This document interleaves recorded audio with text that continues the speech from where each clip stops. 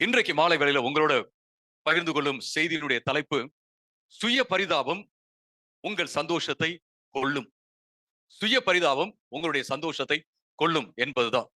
இது ரொம்ப முக்கியமான ஒரு செய்தி. இந்த வருடம் முழுவதும் நம்ம மகிழ்ச்சியை பத்தி நம்ம பார்க்க போறோம். ஏன்னா நமக்கு ஆண்டவர் கொடுத்த ஒரு ஒரு தீம் கருப்பொருள் என்ன அப்படின்னா மகிழ்ச்சியான இதயங்கள் மகிழ்ச்சியான வாழ்க்கை அப்படிங்கிறது தான். சோ எப்படி நம்ம மகிழ்ச்சியை வாழ்க்கையில தேர்ந்தெடுக்கலாம், மகிழ்ச்சியை எப்படி நம்ம கிரியேட் பண்ணலாம் அப்படிங்கிறத நம்ம ஒவ்வொரு வாரமும் நம்ம பார்க்க போறோம். பல்வேறு கோணங்கள்ல பார்க்க போறோம். இன்னைக்கு நாம பார்க்க போற இந்த செய்தியினுடைய தலைப்பு என்ன அப்படின்னா self pity kills your happiness. உங்களுடைய சந்தோஷத்தை மகிழ்ச்சியை சுய பரிதாபம் கொள்ளும் என்பதுதான். எந்த வேத பகுதியிலிருந்து பார்க்கிறோம் அப்படின்னா 1 ராஜாக்கள் 19வது அதிகாரத்துல இருந்து நம்ம பார்க்க போறோம். 1 ராஜாக்கள் 19ல 1 ராஜாக்கள் 19 நம்ம புரிஞ்சுக்கிறதுக்கு முன்னாடி நான் உங்களோட பகிர்ந்து கொள்வது என்ன அப்படின்னா செல்ஃப் பிட்டினா என்ன அப்படிங்கறத நம்ம புரிந்து கொள்வது மிக முக்கியமான ஒரு காரியம். செல்ஃப் பிட்டி டிஃபைன்ட். ஒரு சுய பரிதாபம்னா என்ன, அதனுடைய வரையறை என்ன அப்படிங்கறத நம்ம முதலாவதாக புரிந்து கொள்ளலாம். நான் ஒரு சில டிக்ஷனரி, ஆங்கில டிக்ஷனரில பார்க்கும்போது காலின்ஸ், வெப்ஸ்டர், அப்புறம் கேம்பிரிட்ஜ், ஆக்ஸ்போர்ட் இதெல்லாம் பார்க்கும்போது இது என்ன சொல்றது, ஒட்டுமொத்தமா என்ன சொல்றது அப்படின்னா is excessive self indulgent sorrow or sadness over one's own troubles. ஒருத்தவங்களுடைய துக்கம் அல்லது கஷ்டங்களை குறித்து ஒருத்தவங்க ரொம்ப அதிகமா யோசிக்கிறது, கவலைப்படுறது, துக்கம் கொள்வது, அதை பத்தியே யோசிட்டே இருக்கிற காரியம் தான் செல்ஃப் பிட்டி அப்படின்னு சொல்ல முடியும். எக்ஸசிவ் அப்படிங்கிற வார்த்தை ரொம்ப ரொம்ப இம்பார்ட்டன்டான ஒரு விஷயம். நம்முடைய வாழ்க்கையில கவலை வரதான் செய்யும். சில வேளை நம்ம சோகம் அடையதான் செய்வாங்க. எப்போதுமே நம்ம எல்லோருமே அப்படியே சிரிச்சுட்டே இருப்போம் அப்படின்னு சொல்ல முடியாது. எப்போதுமே நம்ம சோகமாவே இருப்போம்லாம் சொல்ல முடியாது. சில வேளை நமக்கு கஷ்டங்கள்லாம் வரதான் செய்யும். ஆனா எக்ஸசிவா ரொம்ப அதிகமா அதை பத்தியே யோசித்து யோசித்து நாம இருக்கும்போது அது என்ன செய்யும் அப்படின்னு கேட்டீங்கன்னா நம்மை முழுவதுமாக வாட்டி விடும் அப்படின்னு சொல்லி பாக்குறோம். அடுத்து பாத்தீங்கன்னா state of feeling sorry for oneself often characterized by sense of victimization or self absorption. அப்படின்னா என்ன, நான் வந்து பலியாயிட்டேன், என்ன என்ன மாதிரி கஷ்டப்படுறவங்க யாருமே கிடையாது, அவங்களால தான் நான் இப்படி இருக்கிறேன், இவங்களால தான் இப்படி இருக்கிறேன் அப்படின்னு சொல்லிட்டு யோசித்து யோசித்து யோசித்து சொல்லும் அந்த காரியம் தான் என்ன அப்படின்னா செல்ஃப் பிட்டி, சுய பரிதாபம் அப்படின்னு சொல்லி பாக்குறோம். தன் தன் மேல ரொம்ப போக்கஸ் பண்றதுதான் சுய பரிதாபம், மற்றவங்க மேல போக்கஸ் பண்றது கிடையாது. உதாரணத்துக்கு ஒருத்தர் என்ன செஞ்சானா ரொம்ப கஷ்டப்பட்டுட்டே இருந்தானா, ரொம்ப கவலையில இருந்தா, ஷூ இல்லையேன்னு சொல்லிட்டு எது வரைக்கும் அப்படின்னா காலே இல்லாத ஒருத்தனை பாக்குற வரைக்கும் அவனை செஞ்சா, ஐயோ எனக்கு ஷூ இல்ல, ஷூ இல்ல, ஷூ இல்ல, ஷூ இல்ல அப்படின்னு சொல்லிட்டே இருந்தான். சோ அது போல நம்முடைய கஷ்டத்தை, நம்முடைய பிரச்சனையை பத்தியே நம்ம சிந்திச்சுக்கிட்டே இருந்தோம் அப்படின்னம்னா நிச்சயமாக சுய பரிதாபம் அப்படிங்கிற ஒரு வலைக்குள்ள, சிக்கலுக்குள்ள நம்ம போய் மாட்டிக்குவோம் அப்படிங்கிறதுல எந்த சந்தேகமும் இல்லை. சோ சுய பரிதாபம் அப்படிங்கிறது டேஞ்சரான ஒரு காரியம். நாம சும்மா கவலைப்படுற, சும்மா துக்கப்படுற, சோகமான ஒரு காரியம் அல்ல அப்படிங்கிறத நான் மனதில் வைத்துக் கொள்ள வேண்டும். இப்ப 1 ராஜாக்கள் 19வது அதிகாரத்துல நாம எலியாவினுடைய சுய பரிதாபத்தை நாம பார்க்க போறோம். எலியாவினுடைய சுய பரிதாபம் எப்படி அப்படிங்கிறத பாக்குறதுக்கு நாம அவருடைய பேக்ரவுண்ட கொஞ்சம் பாக்குறது ரொம்ப இம்பார்ட்டன்டான ஒரு விஷயம். 1 ராஜாக்கள் 18ல நீங்க வாசிச்சீங்க அப்படின்னா எந்த அளவுக்கு பெரிய ஒரு விஷயத்த அங்க எலியா பண்ணிருக்கிறாரு அப்படிங்கிறத நம்ம பார்க்கலாம். எலியா ஒரு பெரிய தீர்க்கதரிசி. இப்ப இஸ்ரவேல் மக்கள் எல்லோரும் விக்கிரகத்துக்கு பின்னாக போறாங்க. ஆண்டவர் பஞ்சத்தை அனுப்பிச்சிட்டார். எங்க பார்த்தாலும் பஞ்சமாக தான் இருக்கு. சோ ஆகாப் ராஜாவும் அவருக்கு ஒரு நிர்வாக தலைவராக இருந்த தளபதி போல இருந்த ஒபதியா அப்படிங்கிற ஒரு ஜெனரல், அந்த 2 பேரும் என்ன செய்றாங்க, நாட்டையே 2 பகுதியா பிரிச்சு நீங்க இந்த சைடு போங்க, நான் இந்த சைடு போறேன், எங்கேயாவது புல்லு கிடைக்குமா அப்படின்னு சொல்லிட்டு நம்ம பார்ப்போம்னு சொல்லிட்டு அவர்கள் போக ஆரம்பித்து விட்டார்கள். ஆனா இந்த டைம்ல என்ன ஆகாப் ராஜா பண்ணிட்டு இருக்காரு அப்படின்னு கேட்டீங்கன்னா நிறைய தீர்க்கதரிசிகளை, ஆண்டவருடைய தீர்க்கதரிசிகளை கொண்டு போட்டுக்கிட்டே இருக்காங்க. எலியாவும் ஒரு தீர்க்கதரிசி தான், ஆண்டவருடைய தீர்க்கதரிசி. அவரை கண்டுபிடிச்சா அவரையும் கொல்லதான் போறாங்க. ஆனா எலியா என்ன செய்யறாருன்னா ஒபதியாவுக்கு முன்பாக அவர் தோன்றி அவர் சொல்றாரு, நான் வந்து ஆகாப சந்திக்கணும், நான் இங்க இருக்கிறேன்னு போய் சொல்லு அப்படின்னு அவர் சொல்றாரு. சோ ஒபதியாவுக்கு பயங்கர கலக்கம் ஆயிடுச்சு. என்ன அப்படின்னா அவர் எல்லாத்தையும், ஆகாப் ராஜா, இஸ்ரவேல் ராஜா எல்லா தீர்க்கதரிசிகளையும் கொண்டு போட்டுக்கிட்டே இருக்கிறாரு. இப்ப இங்க எலியா இங்க இருக்கிறாருன்னா எலியாவே வந்து கொண்டு போட்டுருவாரு அப்படின்னு சொல்லிட்டு அவர் சொல்றாரு. ஒபதியா தேவனுக்கு பயந்த ஒரு மனுஷன். ஒபதியா என்ன பண்ணாருன்னா ஒரு 100 தீர்க்கதரிசிகளை 50-50ஆக 2 குகையில வச்சு அவங்களுக்கு சாப்பாடு தண்ணி எல்லாம் கொடுத்து பராமரிச்சுட்டு இருக்காரு. சோ எலியாவை கொண்டு போட்டா என்ன பண்றது? இன்னொரு ஒரு விஷயம் என்ன அப்படின்னு கேட்டீங்கன்னா, எலியா இருக்கிறாரு அப்படின்னு இவர் சொல்ல, அதுக்கப்புறம் ஆகாபு வரும்போது எலியாவ ஆண்டவர் வந்து வேற எங்கேயாவது கொண்டு போயிட்டாருன்னா என்ன பண்றது? என்ன கொன்றுவானே ஆகாபு அப்படிங்கிற பயமும் ஒபதியாவுக்கு இருந்துச்சு. ஆனாலும் ஆகாபுக்கு சொல்லப்படுகிறது, ஆகாப வந்து அவர் மீட் பண்றாரு, எலியா மீட் பண்றாரு. மீட் பண்ணி ஒரு சவாலை வைக்கிறார். நீ என்ன செய்ய? இந்த பாகாலுடைய தீர்க்கதரிசிகள் எல்லாம் ஒரு இடத்துல கூடும்படியாக செய் அப்படின்னு சொல்றாரு. எல்லாரும் கூடுறாங்க. அங்க எலியா அவர்களுக்கு முன்பாக ஒரு சவாலை வைக்கிறார். நீங்க எல்லாம் என்ன செய்யணுமோ செய்யுங்க. நீங்க உங்க கடவுளை கூப்பிட்டு பாகால்களை கூப்பிட்டு என்ன செய்யுங்க? பாகால்கள் அப்படின்னா பாகால் அப்படிங்கிற வார்த்தைக்கு ஆக்சுவலா லிட்ரல் அர்த்தம் என்ன அப்படின்னு கேட்டீங்கன்னா, எஜமான், மாஸ்டர் அப்படின்னு அர்த்தம். உங்க மாஸ்டர்ஸ், உங்களுடைய பிரபுக்கள், உங்களுடைய உங்களுடைய எஜமான்கள் எல்லாம் கூப்பிட்டு நீங்க என்ன செய்ய? நீங்க இந்த நீங்க போடுற அங்க பலிபீடத்துல வைக்கிற பலிய அது பட்சித்து போட வேண்டும். அப்படி அக்கினி அனுப்பிச்சு பட்சித்து போட்டது அப்படின்னா உங்க கடவுள் வந்து உண்மையான கடவுள். நான் அதை பண்ண வச்சிட்டேன் அப்படின்னா என் கடவுள் உண்மையான கடவுள் அப்படின்னு சொல்லிட்டு அவர் வைக்கிறார். ஒரு பெரிய சவாலை வைக்கிறார். இவங்க கத்துறாங்க, கூக்குரலிடுறாங்க.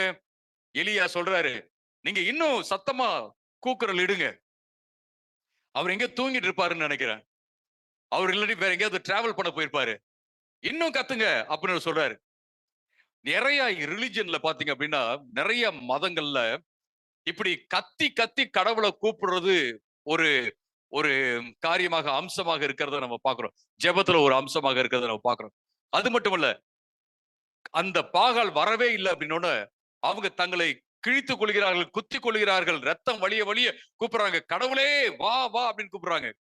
இதுவும் நிறைய மதங்கள்ல இருக்கு. தங்களையே வருத்தி கொண்டு ஆண்டவரை தேடுற ஒரு காரியமும் இருக்கிறது. சில கிறிஸ்தவ சபைகளிலும் அப்படி இருக்கிறது. கத்தி கூப்பிட்டாதான் ஆண்டவர் வருவாரு, எங்கேயோ அவர் பூட்டிட்டு அவர் எங்கேயோ ரூம்ல இருக்கிற மாதிரி அவங்க நினைச்சுக்கிறாங்க. அப்படிலாம் இல்ல. நாம நீங்க உங்களுடைய விஸ்ப நீங்க சாதாரணமா கூப்பிடுற அந்த சத்தத்தை கூட ஆண்டவர் கேட்கிறவராக இருக்கிறார் அப்படின்னு சொல்லி பாக்குறோம். இவங்க கத்துறாங்க, கூப்பிடுறாங்க, கதறாங்க, தங்களை கிழித்துக் கொள்றாங்க, ஒண்ணுமே நடக்கல. அதுக்கப்புறம் என்ன செய்யறாரு? எலியா அவர் வராரு. சரி நான் இப்ப பண்றேன்னு சொல்லிட்டு அவர் என்ன செய்யறாரு? கற்களை வைக்கிறாரு, 12 கற்களை வைக்கிறாரு. அப்புறமேட்டு பலிபீடத்தை கட்டுறாரு. அப்புறம் காளையை அடிச்சு வைக்கிறாரு. அப்புறம் விறகுகள் எல்லாம் வைக்கிறாரு. தண்ணிகளை ஊத்துறாங்க, தண்ணி ஊத்துறாங்க. ஏன்னா சொட்ட சொட்ட நல்லா நல்லா நனைச்சு விட்டாதான் எப்படியா இருந்தாலும் என்ன எந்த அளவுக்கு நாம அந்த பலிபீடத்தை நினைச்சாலும் சரி, அந்த பலியை நினைச்சாலும் சரி, விறகு கட்டைகளை நினைச்சாலும் சரி, ஆண்டவர் அக்கினியை அனுப்பி பட்சித்து போடுவார் அப்படின்ற அந்த நம்பிக்கையில எல்லாம் நினைச்சிடறாங்க. அவர் ஜெபம் பண்றார். ஆண்டவர் கூப்பிடுறார். ஆண்டவர் அக்கினியை அனுப்பிச்சு அந்த பலியை பட்சித்து போட்டு விடுகிறார். அந்த தண்ணீர் எல்லாம் அப்படியே நக்கப்பட்டு விட்டது அப்படின்னு வசனம் சொல்லுகிறத பாக்குறோம். தண்ணீரே ஒண்ணும் இல்லாம எல்லாம் ட்ரை ஆயிடுச்சு. அந்த அளவுக்கு ஆண்டவர் அக்கினியை அனுப்பினார் அப்படின்னு சொல்லி நம்ம பாக்குறோம். அதுக்கப்புறம் அங்க இருந்த ஒரு 850 தீர்க்கதரிசிகள் எல்லோரையும் அவர்கள் போட்டு விடுகிறார்கள். அதுக்கப்புறம் பாத்தீங்கன்னா ஆகாவை பார்த்து அங்க எலியா சொல்றாரு, உனக்கு மழை வரும் அப்படின்னு சொல்றாரு. மழையும் வருகிறத நம்ம பாக்குறோம். இது எவ்வளவு பெரிய அற்புதமான ஒரு காரியம் பாருங்க. பயங்கரமான ஒரு அற்புதமான காரியம். ஆண்டவர் இவருடைய ஜெபத்தை கேட்டு அக்கினி அனுப்பிச்சு அவரே தேவன் என்பதை காண்பித்து விட்டார். அது மட்டுமல்ல, வறண்டு போன நிலத்தின் மேல மழை வந்து விட்டது. இப்படி பயங்கரமான அற்புதத்தை செஞ்சார். ஆகாபு இப்ப போறார். தன்னுடைய மனைவி எசபெல்ட்ட போய் சொல்றாரு, இந்த மாதிரிலாம் ஆயிடுச்சு அப்படின்னு சொன்னோன்னே எசபெலுக்கு பயங்கர கோபம். ஏன்னா பாகால்களை வணங்குகிற ஒரு ஒரு பக்திமான் அவள். சொல்றா, எலியாவுக்கு ஒரு செய்தி அனுப்புறா, நாளைக்கு இந்நேரம் நீயும் இப்படியே சாவாய் அப்படின்னு சொன்ன உடனே எலியாவுக்கு பயம் வந்துருச்சு. பயம் வந்துருச்சு. அவர் போய் ஒரு இடத்துல ஒளிஞ்சுக்கிறாரு, குகையில இருக்கிறாரு. ஆண்டவர் அங்க வந்து அவர்கிட்ட பேசும்படியான ஒரு சூழல் அந்த இடத்துல வந்து விட்டது அப்படிங்கிறது தான் 1 ராஜாக்கள் 19வது அதிகாரத்தை நாம வாசிக்கிறோம். அருமையானவர்களே, நீங்க இங்க வாசிக்கும் போது 1-4 வரைக்கும் நான் வாசிக்கிறேன். 1 ராஜாக்கள் 19ல எலியா செய்த எல்லாவற்றையும், அவன் தீர்க்கதரிசிகள் எல்லாரையும் பட்டயத்தாலே கொன்று போட்ட செய்தி அனைத்தையும் ஆகாப் எசபேலுக்கு அறிவித்தான். அப்போது எசபேல் எலியாவினிடத்தில் ஆள் அனுப்பி, அவர்களில் ஒவ்வொருவருடைய பிராணனுக்கு செய்யப்பட்டது போல நான் நாளை இந்நேரத்தில் உன் பிராணனுக்கு செய்யாதே போனால் தேவர்கள் அதற்கு சரியாகவும் அதற்கு அதிகமாகவும் எனக்கு செய்ய கடவர்கள் என்று சொன்னால், அவனுக்கு அது தெரிந்த போது எழுந்து தன் பிராணனை காக்க யூதாவை சேர்ந்த பேர்சபாவுக்கு புறப்பட்டு போய் தன் வேலைக்காரனை அங்கே நிறுத்திவிட்டான். அவன் வனாந்தரத்தில் ஒரு நாள் பிரயாணம் போய் ஒரு சூறைச் செடியின் கீழ் உட்கார்ந்து தான் சாக வேண்டும் என்று கோரி, போதும் கர்த்தாவே, என் ஆத்துமாவை எடுத்துக்கொள்ளும், நான் என் பிதாக்களை பார்க்கிலும் நல்லவன் அல்ல என்று சொல்லி ஒரு சூறைச் செடியின் கீழ் படுத்துக்கொண்டு நித்திரை பண்ணினான். அப்பொழுது ஒரு தூதன் அவனை தட்டி எழுப்பி, எழுந்திருந்து போஜனம் பண்ணு என்றான். வாழ்க்கையை வெறுத்து போயிடுச்சுங்க எலியாவுக்கு. அவர் போயிட்டு ஒரு சூறை செடியில, ப்ரூம் புஷ் அப்படின்னு இருக்கு, சின்ன செடி புதர் போல இருக்குன்னு நினைக்கிறேன். அங்க போயிட்டு அவர் படுத்து அவர் என்ன சொல்றாருன்னா, அது தூங்குறாரு. ஆனா அதுக்கு முன்னாடி சொல்றாரு, நான் சாகட்டும் ஆண்டவரே, என்னுடைய பிதாக்களை காட்டிலும் நான் ஒண்ணும் நல்லவெல்லாம் கிடையாது, என்னை எடுத்துக்கங்க அப்படின்னு சொல்றாரு. ஆனா அவர் ஓடுறது எதுக்காக அப்படின்னா, தப்பிச்சுதான் அவர் ஓடுறாரு, சாக கூடாதுன்னு தான் ஓடுறாரு. ஆனா ஒரு கட்டத்துல பாத்தீங்கன்னா, நான் செத்து போற ஆண்டவரே அப்படின்னு சொல்றதை நம்ம பாக்குறோம். வாழ்க்கையில விரக்தி வந்து விட்டது. ஒரு ஒரு அதாவது நாமெல்லாம் இருந்து என்ன பிரயோஜனம் அப்படின்னு அவர் யோசிக்க ஆரம்பித்து விட்டார். இப்ப ஆண்டவர் தேவதூதன் மூலமா பேசும்போது அவர் திருப்பி திருப்பி அதே வார்த்தையே சொல்றதை நம்ம பாக்குறோம். அதே வார்த்தையை சொல்றாரு. நீங்க தொடர்ந்து வாசிக்கும் போது நீங்க பார்க்கலாம்.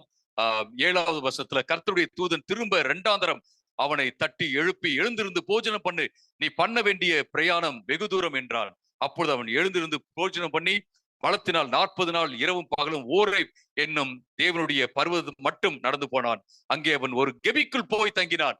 சரி, கொஞ்ச தூரம் நடந்து போய் மறுபடியும் என்னது, அதே சிண்ட்ரோம் தான், அதே பிரச்சனை தான் அவருக்கு வருகிறது. இப்ப கெபிக்குள்ள போயிட்டாரு, அவர் தங்கி இருக்கிறாரு. இதோ கர்த்தருடைய வார்த்தை அவனுக்கு உண்டாகி, அவர், எலியாவே, இங்கே உனக்கு என்ன காரியம் அப்படின்னு கேட்கிறார். அதற்கு அவன், சேனைகளின் தேவனாகிய கர்த்தருக்காக வெகு பக்தி வைராக்கியமாய் இருந்தேன். இஸ்ரவேல் புத்திரர் உமது உடன்படிக்கையை தள்ளி விட்டார்கள், உம்முடைய பலிபீடங்களை இடித்து உம்முடைய தீர்க்கதரிசிகளை பட்டயத்தினால் கொன்று போட்டார்கள். நான் ஒருவன் மாத்திரம் மீதியாய் இருக்கிறேன், என் பிராணனை வாங்க தேடுகிறார்கள். ஒருவன் மாத்திரம்தான். நீங்க ஒபதியா பாத்தீங்கன்னா, ஒபதியா ஒரு 100 தீர்க்கதரிசிகளை 2 குகையில 50 வச்சு அவர்களை பராமரிக்கிறார்.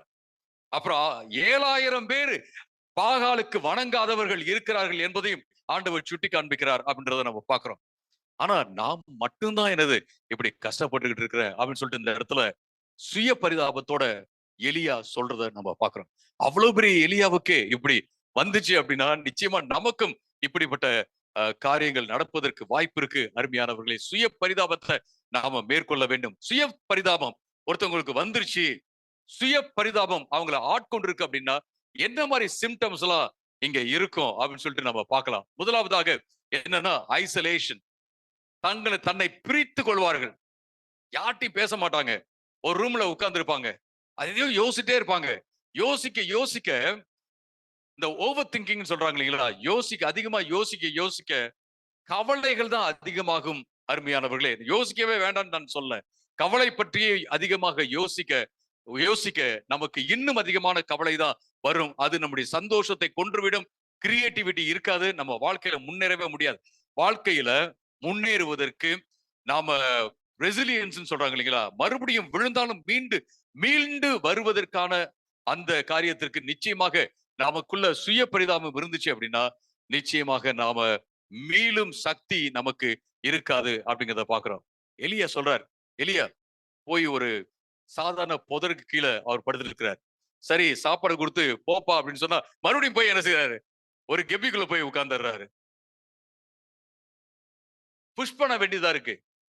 எதுவுமே இங்க ஒர்க் ஆகல, மைண்ட் அவருக்கு ஒர்க் ஆகல, நான் மட்டும் தான் கஷ்டப்படுறேன் அப்படின்னு சொல்றத பாக்குறோம். பல வேளைகள் நமக்கு இப்படி நடக்க வாய்ப்பு இருக்கு. நான் எங்கேயும் போக மாட்டேன், அந்த கல்யாணத்துக்கு போக மாட்டேன், எதுக்கு போக மாட்டேன், இவங்க கூப்பிட்டாங்கன்னா போக மாட்டேன், அதுக்கும் போக மாட்டேன், சர்ச்சுக்கு போக மாட்டேன். அப்படியே ஒரு ஒரு மூலையில உட்கார்ந்து நம்ம பிரச்சனை ஒரு பெரிய ஒரு காரியம் நடந்தது போல. நான் சொன்னேன் இல்லைங்களா, ஷூஸ் இல்ல அப்படின்னு சொல்லிட்டு ஒருத்தர் அழுதுட்டு இருக்கிறாரு. எது வரைக்கும் அப்படின்னா, கால் இல்லாதவங்க பாக்குற வரைக்கும். உங்களை காட்டிலும் என்னைய காட்டிலும் நிறைய கஷ்டப்படுறவங்க இருக்காங்க அப்ப நான் நினைச்சேன் அப்படின்னா, என் கஷ்டம் வந்து ஒண்ணுமே இல்ல, இதை நான் மேற்கொள்ள முடியும் அப்படிங்கிற ஒரு நம்பிக்கை எனக்குள்ள வரும். அருமையானவர்களே, அடுத்தது என்ன அப்படின்னா, டிஸ்டார்டட் பெர்ஸ்பெக்டிவ். Distorted perspective. இங்கே எலியா என்ன செய்யறாரு? தன்னுடைய பிரச்சனையை அதிகப்படுத்தி அவர் பார்க்கிறார். நான் மட்டும்தான் எனது பாகாலுக்கு வணங்கல அப்படின்ற மாதிரி அவர் பேசுறாரு. நான் மட்டும்தான் உண்மையாக இருக்கிறேன் அப்படிங்கிற மாதிரி பேசுறாரு. நான் மட்டும்தான் நான் பலியா இருக்கிறேன் அப்படின்ற மாதிரி பேசுறாரு. இந்த மக்கள் எல்லாம் என்ன செஞ்சாங்க? ஆண்டவருடைய உடன்படிக்கையை உடைச்சிட்டு போயிட்டாங்க. நான் மட்டும்தான் இந்த இடத்துல நான் உயிரோட இருக்கிறேன், நான் மட்டும்தான் உண்மையா இருக்கிறேன் அப்படின்ற மாதிரி அவர் பேசுறாரு. இல்ல, ஒரு 100 பேர் அங்க இருக்கிறாங்க, 7000 பேர் இருக்கிறாங்க. ஆண்டவர் இதெல்லாம் செஞ்சுட்டு இருக்கிறார். அருமையானவர்களே, சில வேளை நாம இப்படி யோசிப்போம் இல்லைங்களா? நான் மட்டும்தான் இப்படி கஷ்டப்படுறேன் அப்படின்னு சொல்லிட்டு. இந்த உலகத்துல என்ன மாதிரி கஷ்டப்படுறவங்க யாருமே இல்ல. என்ன யாருமே நேசிக்கிறதே கிடையாது. எல்லாம் என்ன ரிஜெக்ட் பண்ணிட்டாங்க. யாரோ ஒருத்தவங்க தான் உங்களை ரிஜெக்ட் பண்ணிருப்பாங்க. யாரோ ஒருத்தவங்க தான் உன்னை லவ் பண்ணல அப்படின்னு சொல்லியிருப்பாங்க. நீங்க நான் இப்படி யோசிக்கிறது வாய்ப்பு இருக்கு. யாருமே இந்த உலகத்துல என்ன லவ் பண்ணவே இல்லை. எங்கேயாவது ஒரு சண்டை வந்திருக்கும், அங்க நம்மள அவமானப்படுத்திருப்பாங்க. ரோட்ல போகும்போது கூட எல்லாரும் நம்மளை பார்த்து சிரிக்கிற மாதிரி இருக்கும். அப்படிப்பட்ட ஒரு ஒரு பெர்ஸ்பெக்டிவ் கண்ணோட்டம் நமக்கு தேவையே இல்லை. அருமையான இந்த உலகத்துல கோடிக்கணக்கான பேர் இருக்கிறாங்க. ஒரு ஆளு ரிஜெக்ட் பண்ணாலும் உங்களை அக்செப்ட் பண்றதுக்கு ஆட்கள் இருப்பாங்க. அது மட்டுமல்ல, யாருமே உங்களை அக்செப்ட் பண்ணலனாலும் ஆண்டவர் உங்களை அக்செப்ட் பண்ணியிருக்கிறாரு, உங்களை ஏற்றுக்கொண்டிருக்கிறார் அப்படிங்கிற அந்த உணர்வு நமக்குள்ள இருப்பது மிக மிக முக்கியமான ஒரு காரியம். அருமையானவர்களே, ஆண்டவரை பார்க்க முடியாம போயிடும். நம்முடைய பெர்ஸ்பெக்டிவ், நம்முடைய கண்ணோட்டம் சிதைஞ்சு போகும்போது, குலைஞ்சு போகும்போது என்ன ஆகும் அப்படின்னா, ஆண்டவரை நம்ம சரியா பார்க்க முடியாது, நம்மை சரியாக பார்க்க முடியாது, மற்றவங்களையும் சரியா பார்க்க முடியாது அப்படின்றத பாக்குறோம். அடுத்தது என்ன சிம்டம் அப்படின்னா, விக்டிம் மென்டாலிட்டி. நான் பலியாயிட்டேன், எல்லாம் என்னை சீட் பண்ணிட்டாங்க, நான் ஒரு முட்டாளுங்க. இவ்வளவு சொல்றவங்க பார்த்திருப்பீங்க. நான் ஒரு முட்டாள், என்ன செருப்பாலேயே அடிக்கணும், இப்படி சொல்றவங்களா இருப்பாங்க. இப்படியே சொல்லிட்டே இருப்பாங்க. இல்ல, ஒரு தவறு நடந்துச்சு, நம்ம அதுல இருந்து கத்துக்கிட்டோமா, அடுத்தது என்ன செய்யக்கூடாது, நாம அதுலயும் போய் விழாம நம்ம சரியாக ஞானமாக நடந்து கொள்வது மிக மிக முக்கியமான ஒரு காரியம். வாழ்க்கையில முன்னேறி போய்கொண்டே இருக்க வேண்டும். நமக்கு நாம இப்படியே நம்ம ஒரு விக்டிம் மாதிரி, நம்ம ஒரு பலியாயிட்டோம் அப்படின்ற மாதிரி நம்ம நினைச்சுட்டு இருந்தோம் அப்படின்னம்னா நம்ம முன்னேறி போகவே முடியாது அப்படிங்கிறத பாக்குறோம். இங்க நீங்க பாத்தீங்க அப்படின்னா, நான் ஒரு ஆளுதான் விடப்பட்டிருக்கேன் அப்படின்னு சொல்ற 10வது வசனத்துல அவர் சொல்வதை பார்க்கிறோம். நான் ஒருவன் மாத்திரம் மீதியா இருக்கிறேன், என் பிராணனையும் வாங்க தேடுகிறார்கள். ஆண்டவர் சொல்ற, நீ ஒருவன் மாத்திரம் இல்லப்பா, நிறைய பேர். நான் தான் உண்மையா இருக்கிறேன் அப்படின்னு யோசிக்க தேவையில்ல, நான் தான் பலியாயிட்டேன்னு யோசிக்க தேவையில்லை. அருமையானவர்களே, இந்த உலகத்துல உங்களுக்கு ஆண்டவர் நிறைய வாய்ப்புகளை வச்சிருக்கிறார். நிறைய கதவுகள் திறக்கப்படும். ஒரு கதவு மூடப்பட்டால் நீங்க ஐயோ எல்லாம் வாழ்க்கையே முடிஞ்சு போயிடுச்சு அப்படின்லாம் நீங்க சொல்ல தேவையில்லை. ஒரு சிலர் ஒரு ஒரு எனக்கு தெரிஞ்ச ஒரு தங்கச்சி அப்படின்னு நான் சொல்லுவேன், சின்ன பிள்ளையா இருந்தாங்க. அவங்க ஐஏஎஸ் எக்ஸாம் பண்ணிட்டு இருந்தாங்க. டெல்லியில இருந்து எத்தனையோ அட்டம் பண்ணாங்க. அவங்க முடிக்க முடியல. இப்ப என்டிடிவில ஜேர்னலிஸ்டா இருக்கிறாங்க. ஸோ இப்பதான் ஒரு 2 டேஸ்க்கு முன்னாடி அவங்களுடைய வீடியோ பார்த்தேன். அவங்க பைபிள் ஸ்டடிக்கெல்லாம் வருவாங்க, அவங்களுடைய பிரச்சனைலாம் சொல்லுவாங்க. சில நேரத்துல நான் எக்ஸாம்ல பாஸ் பண்ணல, அதாவது வேண்டிய மார்க் எடுக்கல அப்படின்னு சொல்லும்போது அவங்க கண்ணெல்லாம் கலங்கும். நான் எல்லாம் பார்த்திருக்கிறேன். ஆனா இன்னைக்கு ஆண்டவர் உயர்த்தி வச்சிருக்காரு, நிறைய சமூக சேவைகள்லாம் பண்றாங்க. Praise the Lord. அதுவும் ஒரு காரியம் தான். யாருக்கு தெரியும், ஆண்டவர் ஐஏஎஸ் ஆகி செய்யற காரியத்தை காட்டிலும் பெரிய காரியத்தை ஆண்டவர் செய்ய வைத்திருக்கிறார் அப்படின்னு தான் நான் நினைச்சுக்கிறேன். அப்படிதான் நான் அவங்களுக்கு நான் மெசேஜ் போட்டேன். சொல்ல முடியாது, ஒரு காரியம் மூடப்பட்டு விட்டது, ஒரு காரியம் முடிஞ்சு போச்சு அப்படின்னா வாழ்க்கையே முடிஞ்சு போச்சு, அவ்வளவுதான், முன்னேற்றமே கிடையாது அப்படின்லாம் நம்ம முடிவு எடுக்க தேவையில்லை. ஆண்டவர் வழிகளை திறப்பார், வழி இல்லாத நேரத்திலும் ஆண்டவர் வழிகளை திறப்பார். அருமையானவர்களே, மறந்து விடவே கூடாது. ஒரு தடவை ஃபெயிலியர் ஆச்சு அப்படின்னா நாம எல்லாம் முடிஞ்சு போயிடுச்சு அப்படின்லாம் கிடையாது. நான் ஈவினிங் காஃபி குடிச்சிட்டு இருக்கும்போது ஒருத்தருடைய கிஸ்லோ அப்படின்னு சொல்லிட்டு ஒரு ஆர்கனைசேஷன் வச்சிருக்கிற நினைக்கிறேன், சுரேஷ் சம்பந்தம் அப்படிங்கிறவர், அவர் சொல்லிட்டு இருந்தாரு, ஒரு 4 முறையாவது அவருடைய பிசினஸ்ல, அவர் இப்போ ஒரு பெரிய பிசினஸ் மேன், இந்தியாவில் தமிழ்நாட்டில் இருக்கிற ஒரு பெரிய பிசினஸ் மேன், ஒரு 4 முறையாவது அவருடைய பிசினஸ்ல ஒண்ணுமே இல்லாம போயிட்டு என்ன செஞ்சிருக்காரு, மறுபடியும் ஸ்டார்ட் பண்ணியிருக்காரு. ஒரு தடவை பாத்தீங்கன்னா அவர் ஒய்ஃபுடைய நகையெல்லாம் அடகு வச்சு, அதுக்கப்புறம் வச்சிருந்த இன்னோவா காரையும் வித்து, இப்படி பல்வேறு காரியங்களை செஞ்சு என்னது எல்லாருக்கும் சம்பளம் கொடுத்திருக்காரு. ஒண்ணுமே இல்லாம போண்டி ஆயிட்டாங்கன்னு சொன்னாங்க. கம்ப்ளீட்டா புரோக் ஆயிட்டார். ஆனாலும் மீண்டும் மீண்டும் வந்து இன்னைக்கு தமிழ்நாட்டுல ஒரு பெரிய பிசினஸ் மேனா இருக்கிறாரு. தமிழ்நாட்டு அரசாங்கத்தினுடைய பிளானிங் கமிட்டில அவர் ஒரு ஆளா இருக்கிறார். சுரேஷ் சம்பந்தம், கடலூர்கார். ட்ரீம் தமிழ்நாடுன்னு ஒரு ஆர்கனைசேஷன் வச்சு நடத்திட்டு இருக்காரு. அருமையானவர்களே, நமக்கு இந்த விக்டிம் மென்டாலிட்டி ஒரு நாளும் வரவே கூடாது. அடுத்தது பாத்தீங்கன்னா ஃபியர் ஆஃப் த ஃபியூச்சர். வருங்காலத்துல என்ன நடக்கும் அப்படிங்கிற அந்த ஒரு ஒரு பயம் நமக்கு வருவதற்கு வாய்ப்பு இருக்கு. எப்ப அப்படின்னா சுய பரிதாபத்துல நமக்கு இருக்கிற பிரச்சனைகளையே பார்த்துட்டு இருக்கும்போது, நமக்கு இருக்கிற கவலைகளே பார்த்துட்டு இருக்கும்போது, நமக்கு இருக்கிற சவால்களே பார்த்துட்டு இருக்கும்போது நம்ம இப்படி எல்லாம் யோசிக்கிறதுக்கு வாய்ப்பு இருக்கு. அருமையானவர்களே, இங்க நீங்க பாத்தீங்க அப்படின்னா எலியா 3வது வசனத்துல சொல்றாரு, அது தெரிந்த போது அவன் என்ன செய்றான்? உயிருக்கு பயந்து ஓடுறான். நாம எப்படி இருப்போம் தெரியாது.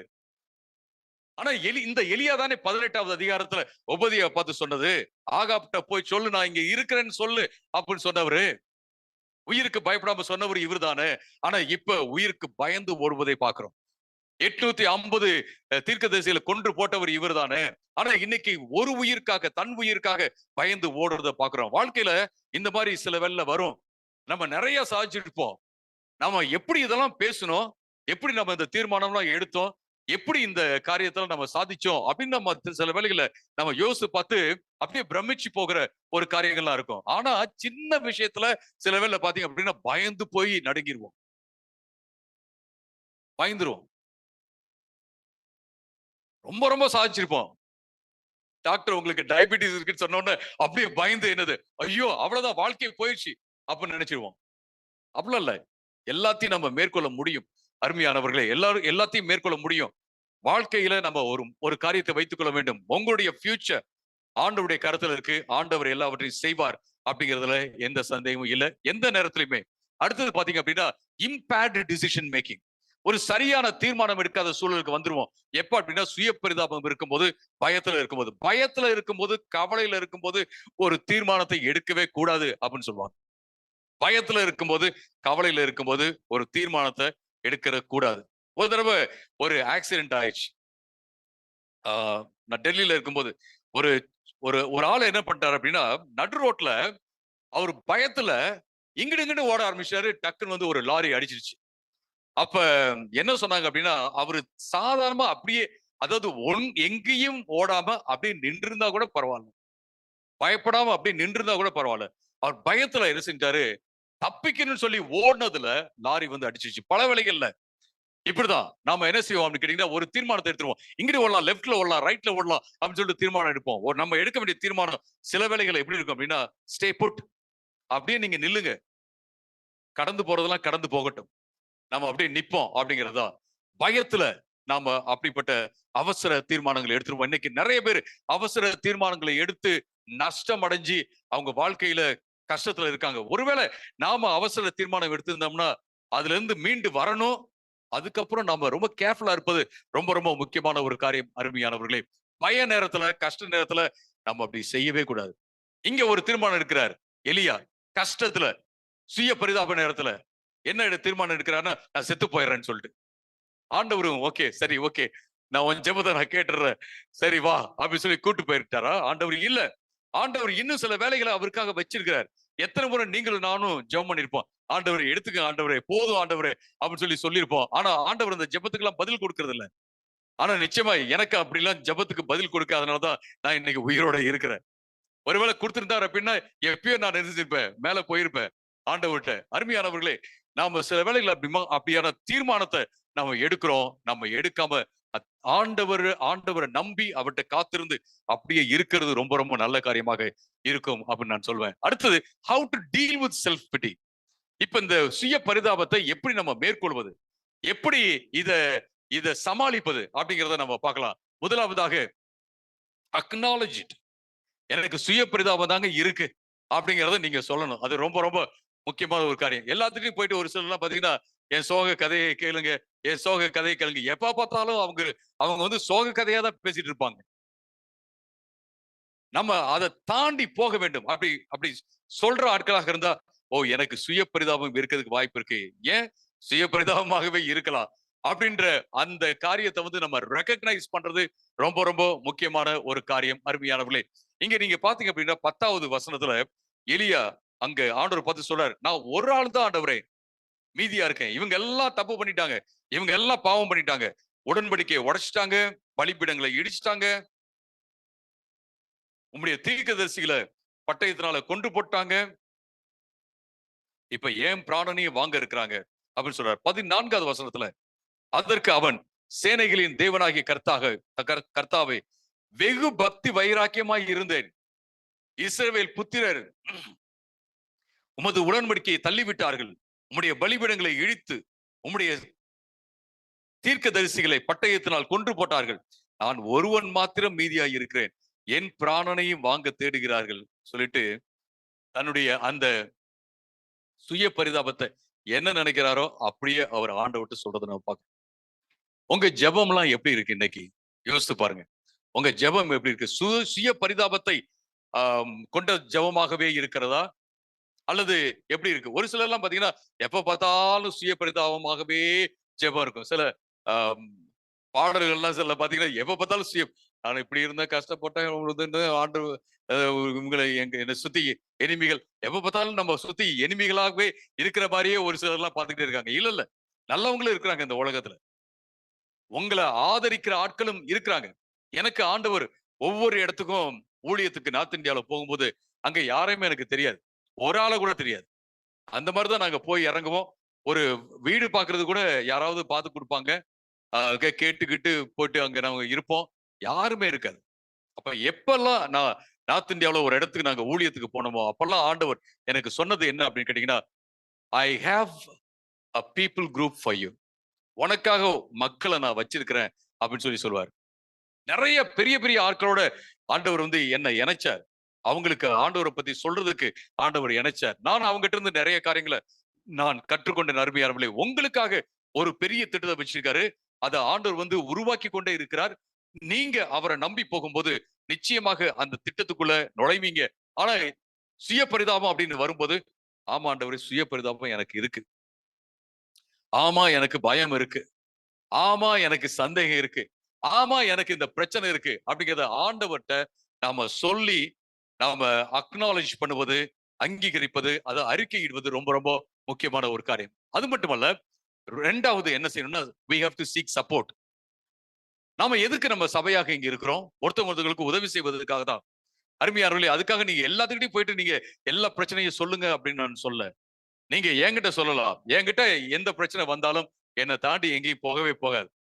சிலர் எல்லாம் வந்து உங்க ஒய்ஃப்டையும் நீங்க ஷேர் பண்ணாதீங்கன்னு சொன்னா, ஒய்ஃப்டையும் நான் ஷேர் பண்ணது இல்லை. நிறைய விஷயங்கள் நான் உங்ககிட்ட ஷேர் பண்ணதே கிடையாது, மற்றவங்க சொன்ன காரியத்தை. அவங்க கிட்ட சிலர்லாம் சொல்றத அவங்க என்கிட்ட சொல்ல மாட்டாங்க. ஏன்னா நான் கேட்டுக்குவேன், நான் என் ஒய்ஃப்ட்ட சொல்லலாமா அப்படின்னு நான் கேட்டுக்குவேன். இல்ல வேண்டாம் பாஸ்டர் அப்படின்னு சொன்னாங்கன்னா நான் ஒய்ஃப்ட்ட கூட சொல்றதும் கிடையாது, நான் கேட்டுக்குவேன். இல்ல நாங்க 2 பேரும் அங்க ஆலோசனை சொல்லணுமா, எத்தனை விஷயங்கள், எத்தனையோ பேர் நான் சொல்லுவேன், நீங்க ஏன் சீட்டுக்கு அடியில இல்ல யாருக்கு சீட்டுக்கு அடியில போயிட்டு பாம் போடுறேன்னு சொன்னீங்கன்னா நிச்சயமா நான் சொல்லுவேன்.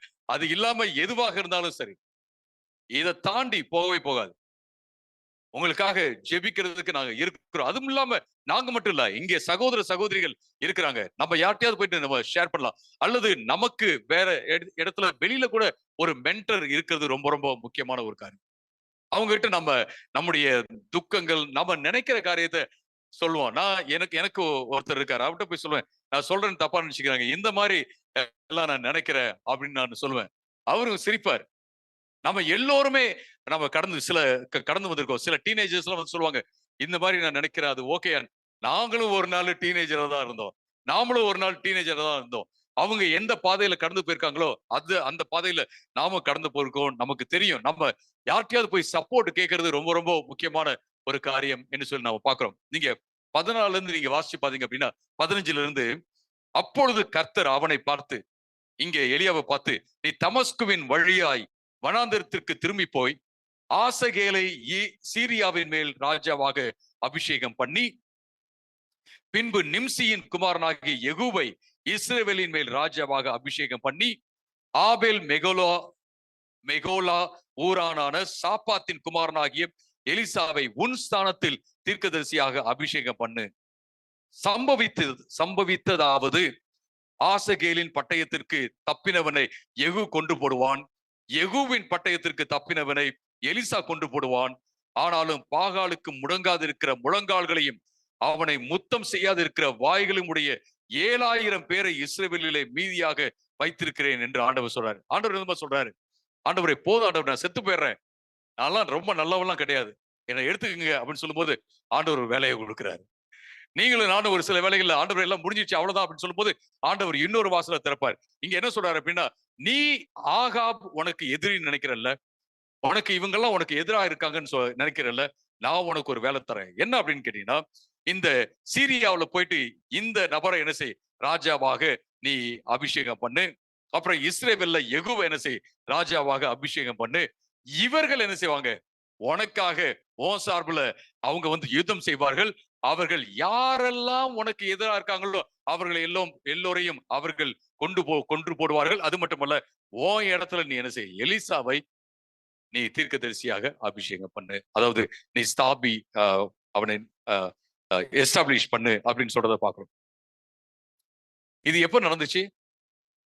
இங்க எலியா போயிட்டு எனக்கு கஷ்டம் அப்படின்னு சொன்ன போதுதான் இது நடந்தது அப்படின்னு சொல்லி பாக்குறோம். நீங்களும் நானும் இந்த உலகத்துல ஒரு அசைன்மெண்டோட பிறந்திருக்கோம். நீங்க இப்படி நினைச்ச கூடாது, ஏதோ ஏதோ நான் இந்த வேலை செய்யறேன் அப்படிலாம் இல்ல. இன் அடிஷன் டு யோ, நான் இப்படி சொல்லுவேன், உங்களுடைய வியாபாரம், உங்களுடைய தொழில், உங்களுடைய வேலை எல்லாமே it's part of the overarching assignment. உங்களை உங்களுக்காக ஆண்டவர் கொடுத்திருக்கிற அந்த ஒரு பெரிய அசைன்மெண்ட், ஒரு வேலையினுடைய ஒரு ஒரு சில அம்சங்கள் தான் உங்களுடைய வேலை, உங்களுடைய தொழில், வியாபாரம் எல்லாமே. இதை தாண்டி ஒரு பெரிய அசைன்மெண்ட் உங்களுக்காக வச்சிருக்காரு ஆண்டவர். அதை நீங்க முடிக்கும் போது அவர் சரியான நேரத்துல உங்களை என்ன செய்வார், எடுத்துக்கொள்வார். என்னையும் அவர் எடுத்துக்கொள்வார். நாம ஆண்டவரே சாகர ஆண்டவரே அப்படிலாம் ஜெபம் பண்ணலாம் தேவையில்லை. இப்ப எப்படி வாழணும் அப்படிங்கறத நம்ம பார்க்கணும், எப்படி சாதிக்கணும், எப்படி முன்னேறி போகணும் அப்படிங்கறத பார்க்க வேண்டும். இங்க ஆண்டவர் வந்து அவனுக்கு ஒரு வேலையை கொடுப்பதை நம்ம பார்க்கிறோம். அருமையானவர்களே, இது ரொம்ப முக்கியமான ஒரு காரியம். அடுத்தது பாத்தீங்க அப்படின்னா, இங்க we have to reframe our perspective. நம்முடைய கண்ணோட்டத்தை நம்ம மாற்றி அமைப்பது ரொம்ப முக்கியமான ஒரு காரியம். எப்படி இங்க ஆண்டவர் சொல்றாரு பாருங்க, இவன் செத்து போயிடலாம்னு நினைக்கிறான், ஆனா இவனுக்கு ஒரு வேலையை கொடுத்து நீ இந்த மாதிரி எல்லாம் நீ செஞ்ச அப்படின்னா உனக்கு எதிராக இருக்கும் பகைஞர்களை அவர்கள் கொண்டு போடுவார்கள் அப்படிங்கிற ஒரு பெரிய திட்டத்தை அங்க கொடுக்கறத பாக்குறோம். இங்கேயும் நம்ம என்ன பாக்குறோம் அப்படின்னா, ஆண்டவர் இவன் சார்பாக வேலை செய்ய ஆயத்தமா இருக்கிறார் என்பதை தான் நம்ம பார்க்கணும். அருமையானவர்களே, கஷ்டம் வரும்போது நம்ம கேட்க வேண்டிய கேள்வினா என்ன அப்படின்னா, ஆண்டவரே இந்த கஷ்டத்துல நான் என்னத்தை கற்றுக்கொள்ளலாம்? பிசினஸ்ல லாஸ் ஆயிடுச்சு, இந்த பிசினஸ் எல்லாம் லாஸ் ஆயிடுச்சு, அவங்களால இவங்களால அப்படின்னு நம்ம பேசிட்டு இருக்கிறத விட, நான் இதுல இருந்து என்னத்தை கற்றுக்கொள்ள போறேன், இதுல இருந்து மீண்டு நான் எப்படி வரப்போறேன், அடுத்த ப்ராஜெக்ட்ல அடுத்ததுல ஸ்டெப் நான் எடுக்கும் போது நான் கற்றுக்கொண்ட காரியத்தை எப்படி வாழ்க்கையில பயன்படுத்த போறேன் அப்படின்னு நம்ம யோசிச்சுட்டே இருந்தோம் அப்படின்னோம்னா நிச்சயமாக நம்ம வளர முடியும். இதுல ஆண்டவர் எனக்கு என்னத்தை சொல்லித்தர போறாருன்னு சொல்லிட்டு நம்ம பார்ப்பது ரொம்ப ரொம்ப முக்கியம். உங்களுக்கெல்லாம் ஒரு தெரிஞ்ச கதை தான். சாது சுந்தர் சிங் அவரு கண்ட ஒரு கனவு. அவர் ஒரு நாள் ஒரு கனவு கண்டாராம். அந்த கனவுல ஒரு ஒரு கடல் கரையில 2 பாதப்படிகள் இருக்கு, அது பக்கத்துல இன்னொரு 2 பாதப்படிகள் இருக்கு. அப்ப ஆண்டவர் சொல்றாரு, நான் உன்னோட எப்போதுமே வருவேன் அப்படின்னு அவர் சொல்றாரு. திடீர்னு பாத்தீங்கன்னா ஒரு பாதப்படி மட்டும் தான் இருக்கு. அப்ப அவர் கேட்கிறாரு, சாது சுந்தர் சிங் கேட்டாராம், இப்ப ஒரு பாதப்படி தான் இருக்கு, நீங்க என்ன விட்டுட்டீங்களா அப்படின்னு அவர் கேட்டாராம். அப்ப ஆண்டவர் சொன்னாராம், உன்னை நான் தூக்கிட்டு போறேன், அது என்னுடைய பாதப்படிகள் அப்படின்னு சொன்னாராம். இது சாது சுந்தர் சிங்க்கு வந்த ஒரு கனவு. ஒரு பெரிய தேவனுடைய மனிதன். நாம சில வேளை பார்ப்போம், நம்முடைய கண்ணோட்டத்தை மாத்தணும். இந்த ஒரு பாதப்படி வந்து நம்முடைய பாதப்படி இல்ல, ஆண்டவர் என்னை தூக்கி சுமந்துகிட்டு போறாரு, அவருடைய கரத்தில் நான் இருக்கிறேன் அப்படிங்கிற கண்ணோட்டம் நமக்கு இருப்பது ரொம்ப ரொம்ப முக்கியமான ஒரு காரியம். அது மட்டுமல்ல, we have to focus on gratitude. நாம நன்றி சொல்கிறவர்களாக இருக்க வேண்டும். அருமையானவர்களே, ஒரு சில இழப்புகள், வாழ்க்கையில கஷ்டங்கள் எல்லாம் வந்திருந்தாலும் நாம திரும்பி பார்த்து ஆண்டவர் செய்த நன்மைகளுக்காக நன்றி சொல்லிக் கொண்டே இருக்க வேண்டும். இன்னைக்கு பிரதர் பாரதிதாஸ் வந்து சாட்சி கொடுத்தாரு, டெங்கி வந்துருந்துச்சு, அப்புறம் அவர் அதுல இருந்து மீண்டு வந்துட்டாரு அப்படின்னு சொல்லிட்டு. இப்ப இப்ப அவரு அழுதுகிட்டே இருந்தாருன்னா எப்படி? எனக்கு டெங்கி வந்துருச்சு, என் பிள்ளைங்க எல்லாம் அழுதாங்க, நான் வாமிட் பண்ணேன் அப்படின்னு அழுதுகிட்டே அவர் சிரிச்சுக்கிட்டே நல்லா சாட்சி சொன்னாரு. அது ஒரு கட்டம். நாளைக்கு அ வரும்ன்னு நான் சொல்லல. பட் வேற எது வந்தாலும் ஃபர்ஸ்ட் டாக்டர்ட்ட போயிட்டு அ பார்க்கிறது ரொம்ப இங்கே 2 டாக்டர் இருக்காங்க. ஒருத்தவங்க இருந்தாங்க, இப்ப போயிட்டாங்க.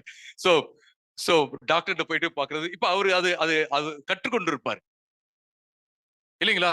சோ நம்ம வாழ்க்கையில நம்ம நடந்தது அத பத்தியே புலம்பிக்கிட்டே பேசிக்கிட்டே நம்ம டைம வேஸ்ட் பண்றத விட, இன்னும் எப்படி நம்ம முன்னேறி போலாம்? அதுலருந்து எப்படி நம்ம நல்ல காரியங்கள கற்றுக்கொள்ளலாம்? அப்படிங்கிறது ரொம்ப ரொம்ப முக்கியமான ஒரு காரியம். அருமையானவர்களே. அது மட்டுமல்ல, கர்த்தர் நமக்காக ஒரு திட்டத்தை வச்சிருக்கிறார் அப்படிங்கிறத நம்பி அவரை முழுவதுமாக சார்ந்து இருப்பது மிக மிக முக்கியமான ஒரு காரியம். நான் கண்ணை மூடிக்கிட்டு நானு தீர்க்க தரிசனமா சொல்ல முடியும்.